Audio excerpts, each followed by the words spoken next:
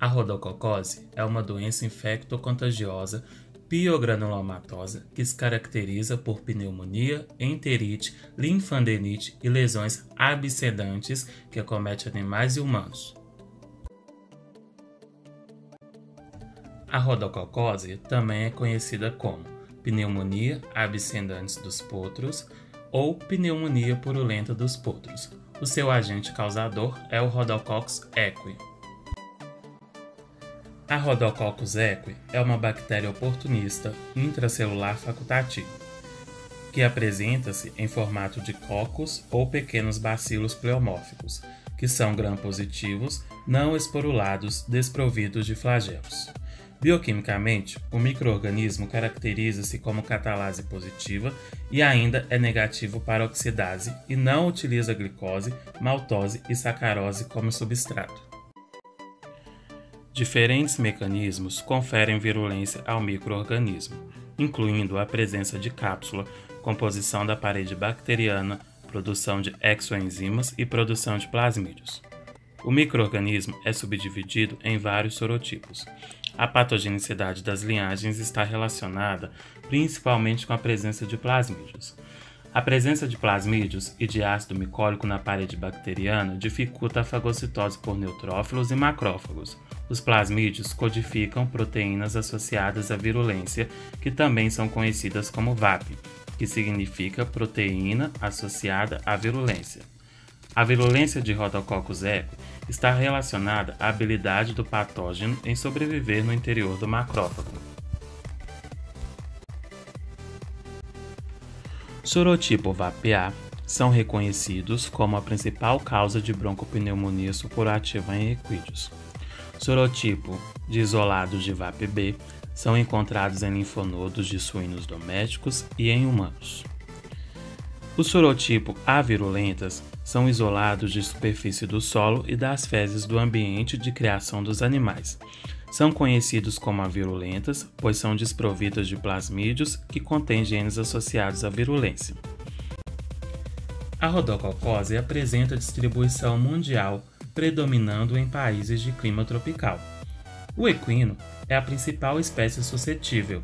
A rodococose é ocasional em humanos e suínos, e é incomum em animais de companhia e ruminantes domésticos. Em equinos, a doença ocorre com mais frequência em potros com idade entre 2 semanas e 6 meses, devido ao declínio da imunidade passiva adquirida pelo colostro. A fonte de infecção da rodococose se dá através de animais doentes e reservatórios. A via de eliminação se dá através de fezes e aerossóis.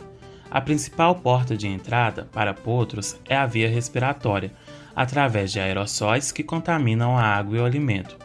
Os principais fatores de riscos envolvem a ingestão tardia do colostro, a deficiência em remoção de esterco em instalações, o excesso de poeira e a proximidade de baias e piquetes.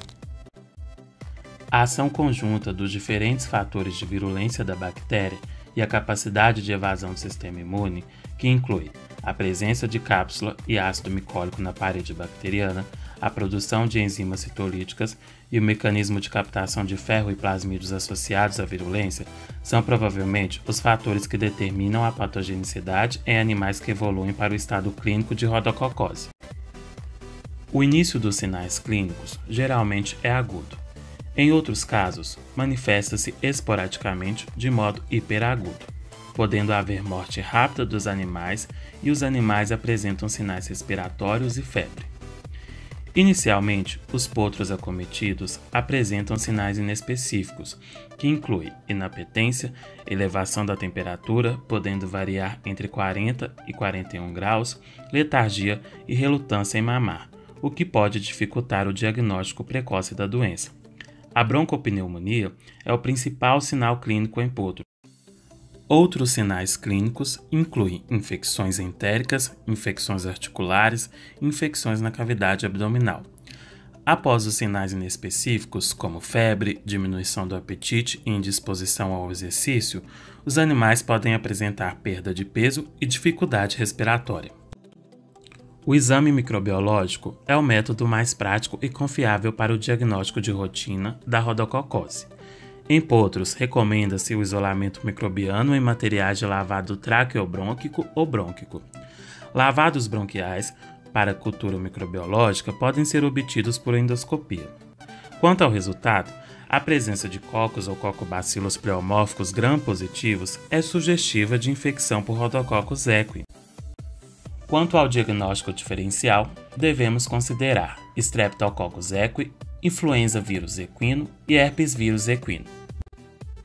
A combinação de rifampicina e eritromicina é considerada de eleição no tratamento da rodococose em potros. O uso combinado desses fármacos produz efeito sinérgico, com excelente penetração em macrófagos e neutrófilos, alcançando taxas de cura de 60% a 90% do caso. Recomenda-se o uso de rifampicina na dose de 5 mg quilo-peso a cada 12 horas, aliada à eritromicina na dose de 25 mg por quilo-peso a cada 8 horas, ambos por via oral. O tratamento deve ser mantido por 4 a 8 semanas e tem um custo relativamente alto. O controle e profilaxia da rodococose em potros baseia-se em medidas gerais que incluem o manejo e condições de ambiente, e em procedimentos específicos como diagnóstico precoce, o uso de plasma hiperimune e imunoprofilaxia vacinal. Dentre as práticas de medidas gerais estão a segregação de animais por idade e categoria, evitar a superlotação de animais, evitar o acúmulo de dejetos em baias e piquetes, limpeza e corte de pastagens. E, o principal, garantir a ingestão de colostro nas primeiras horas de vida do potro é fundamental para conferir imunidade passiva ao neonato nas primeiras semanas de vida.